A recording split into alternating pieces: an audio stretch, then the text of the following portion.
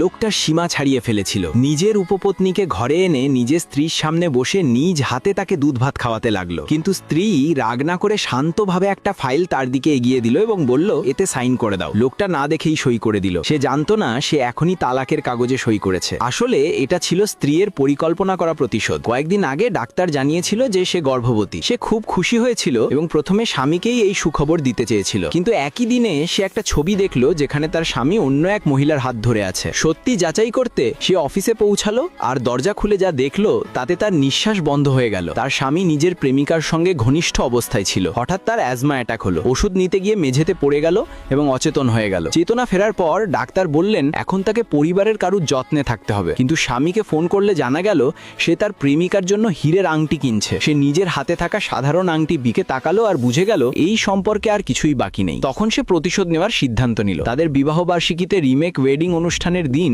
সে এক গিফট বক্সে নিজের প্রেগন্যান্সি রিপোর্ট রাখলো এবং স্বামীকে বলল, আমাদের বিয়ের দিনে এটা খুলো। এরপর সে নিজের দামি ওয়েডিং গাউন কেটে সাধারণ ফর্মাল পোশাক বানিয়ে নিল, কারণ এখন সেই পোশাক আর বিয়ের প্রতীক নয়, বন্ধিত্বের প্রতীক। ব্যাগ কাঁধে নিয়ে সে ঘর ছেড়ে চলে গেল। কয়েকদিন পর অনুষ্ঠান হলো। অতিথিরা বসে আছে, আলো জ্বলছে, কিন্তু কোণে এখনো আসে না। স্বামী উদ্বিগ্ন হয়ে এদিক ওদিক তাকাচ্ছে। হঠাৎ একজন স্টাফ এসে একটা খাম দিল। ভিতরে ছিল ডিভোর্স পেপার। সে স্তব্ধ হয়ে গেল। হাতে কাঁপুনি নিয়ে গিফট বক্স খুলল। ভিতরে ছিল প্রেগন্যান্সি রিপোর্ট। চোখে জল চলে এলো। সেদিন সে প্রথমবার বুঝলো কখনো কখনো নীরবতাই সবচেয়ে বড় উত্তর হয়।